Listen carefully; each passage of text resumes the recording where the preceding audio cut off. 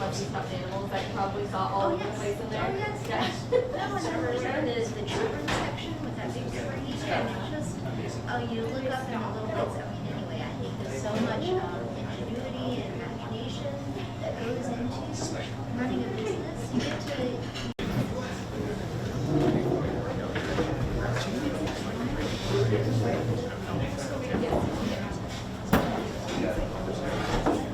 It's a tailor shop? Oh, sure. Yeah, the old Roy's Barber Shop, maybe.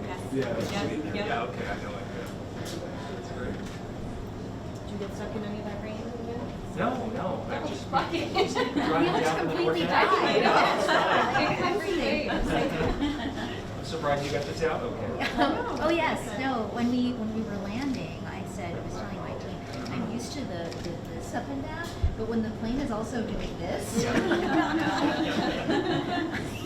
both on tight. it's like, please let this not be the day. It's great. We landed okay. Yeah, no, we had a lot of experience. It's a short flight. Is that Yeah, do you the usually fly American out- flight up on Yes. DCA. Yes. Yes. Okay. All right. Yeah, there are 3 a day, so it Okay. Yes. sometimes works out based on our voting calendar. Super, super. Well, I was telling the mayor that I ran into Senator Shaheen as I got off the plane. She was getting on. Okay. Because they kept the Senate in for next Yep. week. So Yep. anyway, I just wanted to share that so you could really enjoy being here and Yeah. yes, having a different calendar. Well, I hope they come up with something. Okay. And I know she's committed to it, so we'll see if there's anything productive that happens Fair down enough. there this week. Are you home for Yeah. Okay. I'm Catherine. I'm Lena. Lena, nice to Yeah, meet nice you. to meet you. Yes. And you're supporting her, I Yes. Yes. And Yes. Mark. Mark, nice to meet you. How many years have you been open? It'll be 3 in April. Mhm. Wow. Yeah, yeah. So we're excited about that. And Yeah. you know, So April 2021, I guess. Yes, Yeah, 2021. Yeah. So Still in We would- pandemic throes. Yeah. yeah, we opened the first studio where there were just separate rooms for people to come in and reformers so they felt safe. Yep. You know, especially right after the pandemic. And then we moved to another space that was a little bit bigger and had like these partitions to separate so that people still felt like a sense of, you know, that they had the ability to have a private session. Yeah.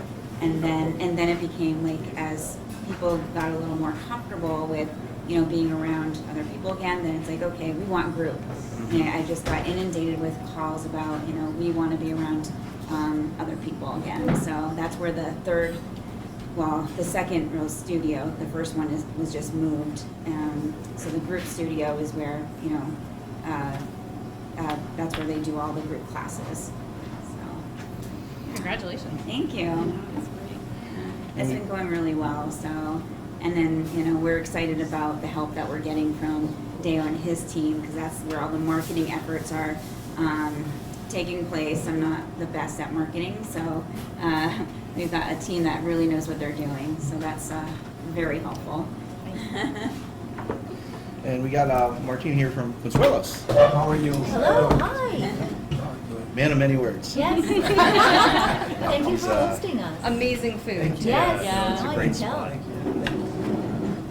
Should we wait for? We probably get started now, Yeah. think of timing, and then when she comes in, we'll introduce her. But, yeah.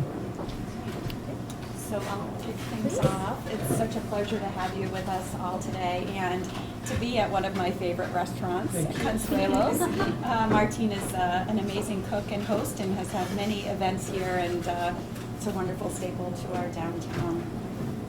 And Congressman Pappas, it's wonderful to have you home, and I just want to personally thank you for all that you've done for residents and small businesses here in our city. I think it's important to note, because of the advocacy that you and our federal delegation did, we were able to get the ARPA funds directly to our cities and towns. And as a result of that, we've been able to put forward programs like the ones we're going to talk about today that really make an impact to our local communities. So I'm really grateful for that. And it's wonderful to be here with Lena and to hear about your small business, and I hope that Katia will join us as well. So in Manchester, we're the largest city north of Boston. We have approximately 117,000 people living and working here and coming in and out of our community. And as we discussed earlier, our small businesses are the backbone of our community. And during COVID, we know that many of our small businesses were very stressed when it came to finding workforce, just staying open, social distancing, and all of the other things. So we were grateful to have these ARPA funds to be able to put forward this program that really helped businesses stay open, a small business grant, and now to expand it with Deo and his consultancy with Resiliency, as you've heard. So it's helped hundreds of small businesses here in the city. And again, we're really grateful that we've been able to earmark dollars to really focus in on the specific needs of our local businesses. So we're grateful to have you here to hear directly from our small business owners and Congressman Pappas about what is going on in Manchester. And we're really thrilled that we're seeing a growth in small businesses opening, and I think that's due to our Economic Development Office and the programming that we have.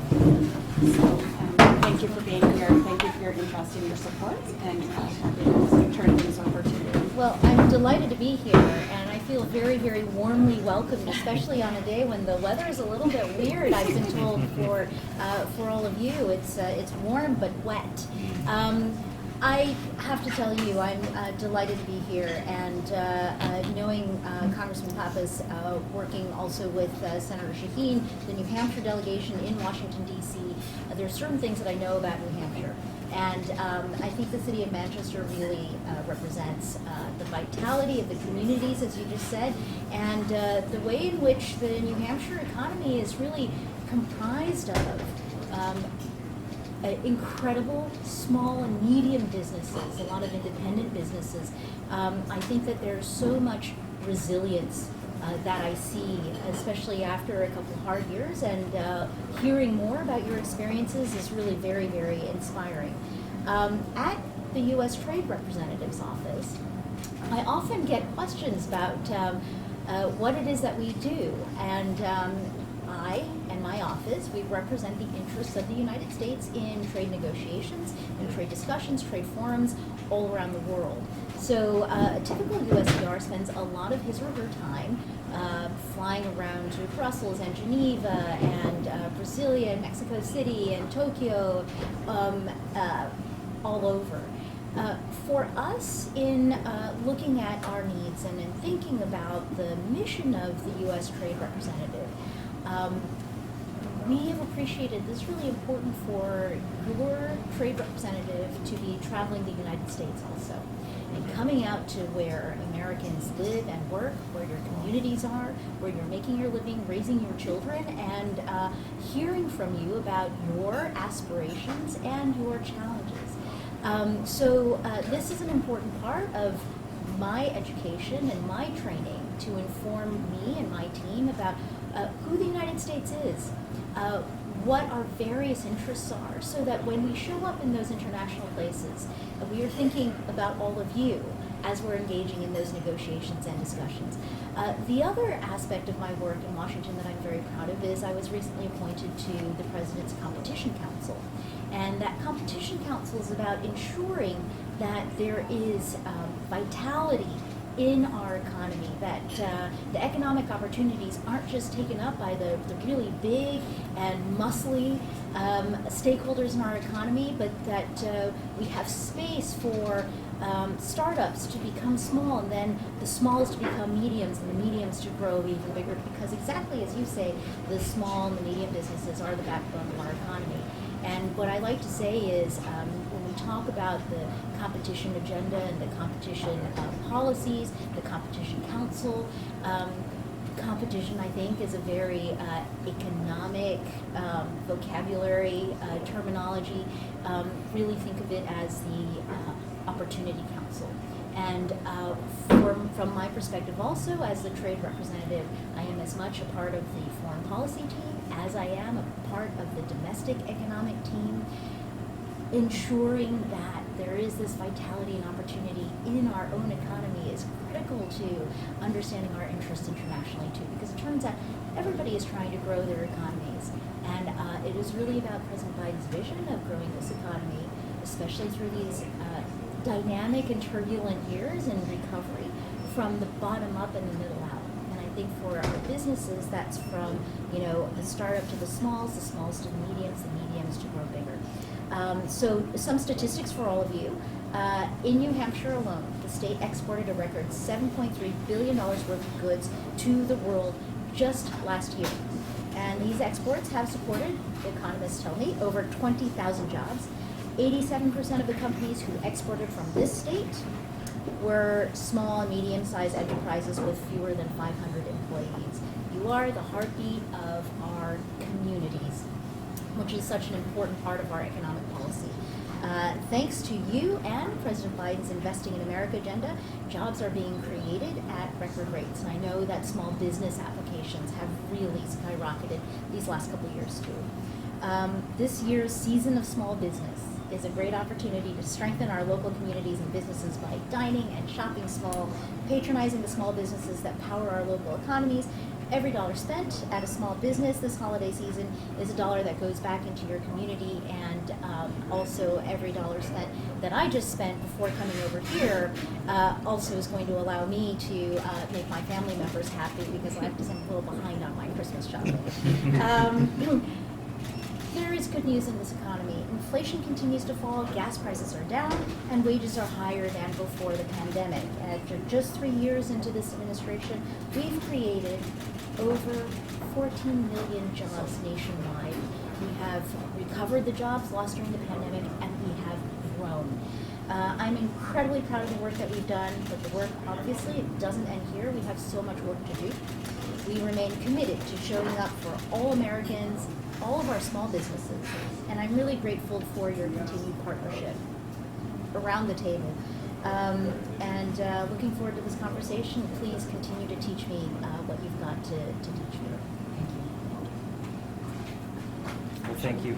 You want me to say a few words? Great. Ambassador, welcome back to New Hampshire. It's really an honor to have you here. I think the last time she was in the state, we were over at Pease Trade Port visiting a company that makes helmets for our war fighters around the world, also exports products to some of our allies. And so we appreciate the broad view you have of the economy here in New Hampshire, all the pieces and how they fit together. Your expertise on the world stage certainly is important, but the fact that you're here and that your focus is also local, I think speaks volumes about your understanding of how the economy functions in New Hampshire and what we need to do to be prepared for, you know, continued challenges in our economy moving forward. And I think our small business leaders know better than anyone else some of these pressures that we've been facing over the last few years. I want to thank the mayor for what she was able to do to step up to the plate during the pandemic at a time where some businesses could access the help they needed directly from SBA and our lending community, some couldn't. And she was able to help fill in the gaps with some flexible federal money that came through the American Rescue Plan to ensure that all of our small businesses had some help, whether they were just starting out or whether they perhaps didn't qualify for some of the other resources that were out there. It was a struggle since 2020, and I know as someone who's lived and breathed small business my entire life that there's never really an easy time. Things are never really normal. You're dealing with a whole host of pressures and challenges on a day-to-day basis, and it's not easy. I always say, you know, being in the restaurant business for me was a labor of love with a focus on labor. There's a lot of hard work involved in that. And we know that just from the pandemic and the post-pandemic phase, there have been challenges from supply chain issues to inflation to workforce shortages that you've all had to navigate. And we want to make sure that you have the support from the federal to the local level to continue to do that, because small business is our big business in New Hampshire. And our Main Street businesses not only define the character of our communities, but they drive our economy. They employ, you know, a huge chunk of Granite Staters. 99% of our employers are small businesses themselves. And so it's a big deal to have you here to listen to some of these voices around the table. And we thank you for your continued work and partnership. And Mayor, once again, you know, thanks for the way that you have put resources to good work for folks to keep people employed and keep our small business economy humming. That's exactly what these funds were designed to do. And I'm just really pleased that you know, the taxpayers have seen, I think, a good return on their investment from the city of Manchester. So thanks for that. Thank you. Martine, maybe we could turn it over to you next if you want to tell a little bit about your story. And if you need the table, just kick us out. Coming in, right? No, thank you, man. Whatever you said, I'm very thankful. for the government to step up and the small business administration to help us out because it was hard. It really was hard just to continue doing things. And but I'm really grateful. All I can say is just thank you all of you, thank for the people, mayor, and help us out because without really for the help, we would never be here. We would never survive it. But I'm just grateful for everything, honestly. And thank you all. Now's your turn. I just want to say I'm grateful. I am in the beauty industry and I started out, and it was tough getting people to stay after the pandemic. So it forced me to close, but I then switched my focus, still being in the beauty industry, but just now with a product. And with your help, it's been amazing. I am slowly growing, and it makes me feel happy that I can still be a part of it, but just doing something a little bit different. So I'm excited for that. Thank you so much. Yeah, and to kind of echo what they're saying, I'm super grateful. This Pilates business all started with my own challenges in my body, and I really wanted to reach out and see other people in the community have a resource other than going towards medication to find themselves, to get some movement into their lives, and to find another source other than pain management, and so opening up a studio right after the pandemic, or really when people were still worried about things, was very difficult, and it kind of saved my whole business model up front that I thought was a good idea. Wasn't, and so I thought people would just come in and just independently practice because I was still getting certified in as a Pilates instructor, and I thought, I can still open up a studio, and many people out there want to be able to work out independently, and that was not true. So just being able to reach out to Eric and find some resources, that gave me the energy to kind of redesign and restructure the business in a way that has grown, responding to the market from being one where it was independent to one where I'm working directly with people to help get them moving again, and then to expand to group classes has been just amazing. I've been able to employ now 4 additional people, and we are looking to expand to another town. So that is currently in the works for a 3rd studio. And so none of that would be possible without, I think I would have just kind of been deflated without the assistance that I got from all of you. So thank you so much. Really appreciate it. And to my husband, and he's always been there. Always. I think what's interesting to pull from what you all said is that you were flexible, right? So you didn't just say this isn't working, you thought differently. And when I think about COVID, we all were forced to do that. And I just want to commend you for your courage on continuing to think differently to make sure your business succeeds. That's really important. And I think it also goes over to what Deo is providing, this, the support from a resiliency perspective. And if you can talk a little bit about what you're doing with businesses. Yeah, I guess I'll just go back to the beginning. I definitely want to provide kudos to the mayor for thinking outside of the box, because during a lot of the support that was coming out for small businesses, some small businesses either found out about it when it was too late, or the requirements that were put in place disqualify them. And I think collaborating with the city provided us an opportunity to really think outside of the box and really trying to figure out how to get some of that resource out. I think so early on it was really about, how do you stretch to ensure that those who are already not qualifying, that increases the likelihood for them to. So even the mayor's office and the city being flexible and allowing us to attend some of the meetings so we can ask questions, representing the voices of the small businesses, we were able to come up with some some ways to ensure that it gave folks a chance. And I think some of the first folks that were able to receive the support early on, it was a big help for them, because a lot of them didn't get any of the resources initially. And then as we developed a relationship with some of these businesses, I think the critical part was the personalized outreach. So we created videos in different languages, we were knocking on people's doors, and then assisted people in filling out some of those forms. And I think that was really critical. And the Economic Development Office, we worked hand in hand with them at times when different challenges came up. So that was kind of what happened in the first year and a half.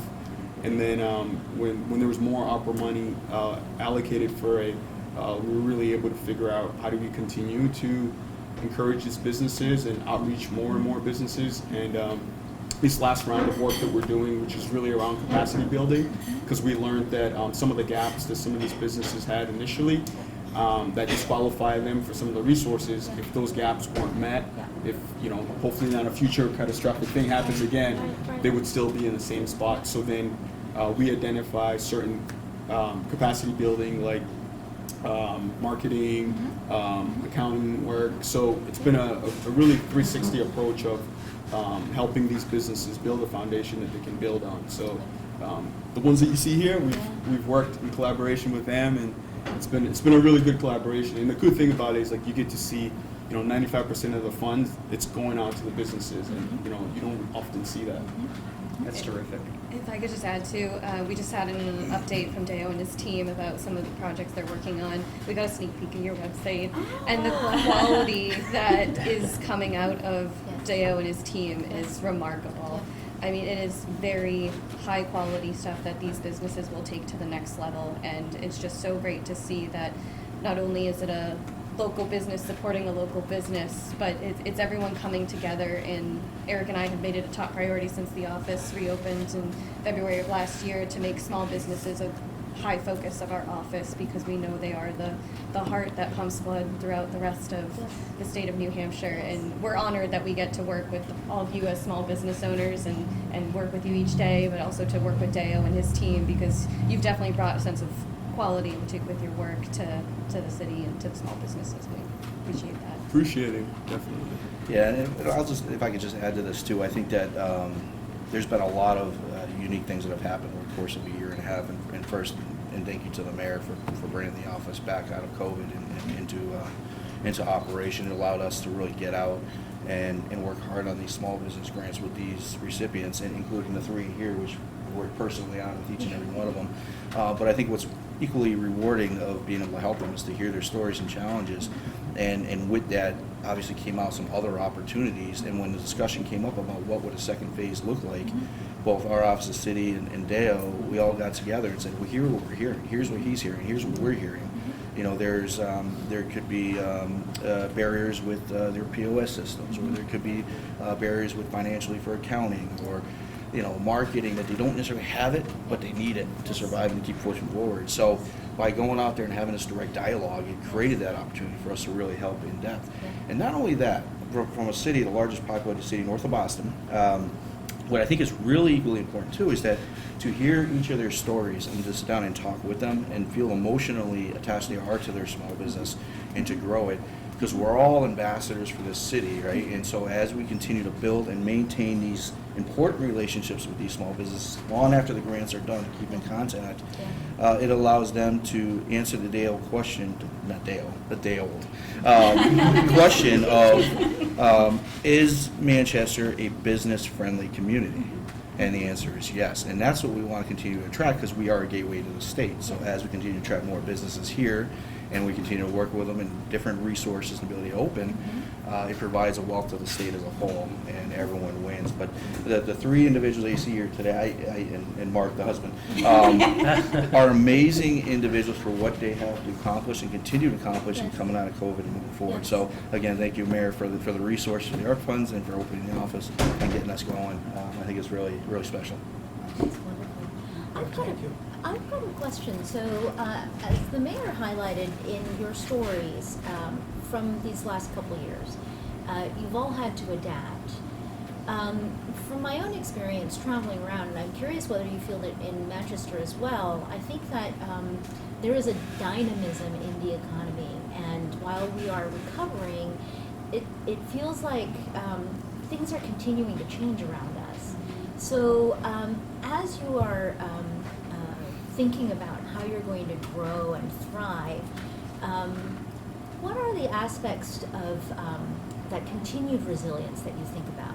So, how are you thinking about staying light on your feet and continuing to be able to pivot and to respond to an economy that is continuing to grow and may come back different than it was before? I know for me, I'm offering a variety of options. It's not just, I found something that I didn't think worked alone by itself. I kept that segment of the business and I thought, this works for some people. And now I'm going to open the doors to a different option that works for a whole other slew of people, and then a third option. So when you come to the studio, there's other studios out there that might have this one area and one focus, and I've found a way, with lots of help, of course, to open the doors and to keep it so that if something happens, if it goes into another direction, here we go. Now that people know and love Pilates and they have their programs, they now know and feel comfortable that they can come in and work independently if things start to get a little different, and they have that option. So you're able to keep kind of a diversification in what you're offering. Absolutely, That's really yeah. interesting. For me, being in the beauty industry, things are always changing, and people are always trying to get better with their health and lifestyle. So for me, staying up on trends and trying to forecast a little bit where people are headed helped me to develop or kind of gauge into what people are looking for as far as like products and brands for the betterment of their health. So. Yeah. So you just have to stay entrepreneurial. Yeah. Everybody wants to be more beautiful. Yeah. No, for me, well, I've been in this establishment for 17 years. Yeah. So I've been through seeing the city growing, changing. Yeah. Our biggest problem was always COVID. And unfortunately for downtown area in Manchester, but I think it's all over the world. It didn't happen, it happens Yes. everywhere. Yes. The impact for the restaurant business in downtown, it was hard. Because we depend so much on the people that come into work. Yes. And I know they're working, but they're not working in their offices. Yes. So downtown suffer that, and same is the business, especially the restaurant business. Yes. Is where we depend so much into people. So the other way is just to marketing, Yeah. deliver. We have Uber Eats, DoorDash. No, unfortunately they went a little bit up. So it's another thing where I have to work on it. So in order for me to keep going, it's just, but we have to do a lot of stuff. Myself, this is just myself talking. So we have to diminish a little bit of the people, the help, that I didn't even have it anyways. But it works both ways. I was working a little bit more longer, more hours, Yeah. and I depend more on my family. I have a brother, another brother helping me out, my kid once in a while. So I have to slip people in order to get just impact on not having the people in the help and retrain people every time. Because you train one guy and then goes away, and train the other one, goes away. Yeah. And it meaning like you are not so totally established in doing what you do. So in that sense, family helped me through all this. You guys helped me, all the grants, thank you very much. It was a lot of help. He was talking, and I would say, thank to this person because he come up to me, open my eyes, give me what he gave me the survive of this. Because at some point you were like, okay, I want to continue doing this, or I have to move on. So I decided to stay and fight. Yeah. And we can, but we have to do different approach to the people. Fortunately, this is the only good thing about it that everybody eats every day. That's right. Right? That's right. True. So in that sense, it's my motto. Yes. I know they have to eat Yes. somehow. Strong I just have to demand. bring it in. Yes. We have a lot of people moving downtown very That's the soon exciting too. thing. Yes, Yeah. I know that. Yes. We were So that talking should about, help. he's been a lot of help. Yeah. I want to tell everyone, this guy has been Yeah. Always stop, always helping me. Yeah.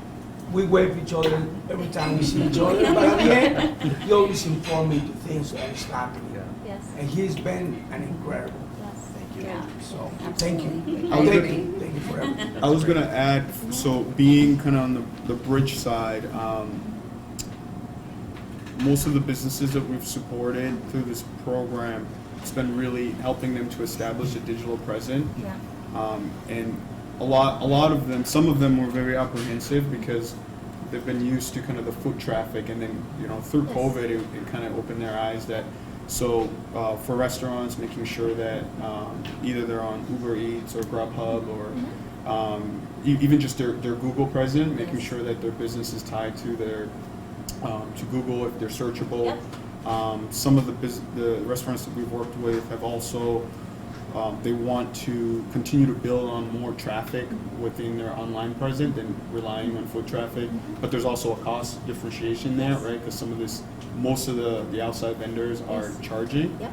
So the digital presence has been a really big part of that, and so the work itself, it's also just the emotional commitment, because some of these businesses, they've been operating for a very long time, and the system worked. Yes. And all of a sudden during COVID, Yes. they got challenged. So the mental commitment to say, yeah, I'm going to commit to do. Yep. We had to walk some of them. We had to walk with them Yes. to demonstrate and Yes. show them Yes. what the process is like. But I would say all around, Yeah. from even things like getting them on Instagram, TikTok. I think TikTok is one of the number one referring place right now for food and restaurants. So, Okay. but anyways, yeah. So it's been an interesting experience through that, because for some of the businesses, it feels like it's an add-on thing that they might not have the time to do. Yeah. But when we start showing them on the back end in terms of the analytics, Yes. this is your reach. Yes. You can customize based on certain demographic, and Yeah. so it's been really cool to see that now that, because part of it's been like this second round, we're doing a lot of capacity building, so Yeah. it's like a proof of concept. So Yeah. we might sponsor some advertisement through a certain time frame, and then show them the analytics, and then the hope is, when this funds run out, that they can start allocating some resources to continue to build on it. So I would say, yeah, the digital presence was a big part Yeah. for many of the businesses we supported. I've got two Sure. follow-up questions. One on the digital presence and getting the small businesses online. You mentioned that if it's DoorDash and the delivery folks, they charge, and so when you translate this brick and mortar business over, there are other business considerations that come in. It occurs to me that there is an online infrastructure now that's there, but one of the things we need to be mindful about is to ensure that that online infrastructure is playing by fair rules, because that business piece of it, as you move things over online, you need to make sure that that works also, and is providing a fair opportunity. Does that feel right? If we're just back in brick and mortar land, it's just about people coming in, and that's a much simpler transaction. But once you're over on the digital side, that's a whole new landscape that has its own rules. Mm-hmm. Yeah. My second question for you is, it occurs to me listening to all of you talk, if you're just one really big company, all of this expertise you probably have built up internally over time, whether it's for marketing or for the POS, the other kind of system-wide knowledge and experience. It sounds like for the small business environment, all of you are stepping in to provide the advantages of scale that a small business doesn't have. Is that fair to say? That's what I'm hearing. So it's all of your experience dealing over and over with different small businesses that you're able to share across the community. Yeah, it really is. I mean, you think of it like a giant puzzle, right? So every business that we go out and talk with on a daily level, like every day we're out there, and you have one business that has this opportunity, you have another that has this opportunity, and you collect 10 or 15 or 20 of them all together, and they're all different ones, but they all piecemeal in the same result, what they're trying to do. And they come up with potential solutions to all of their pain points, right?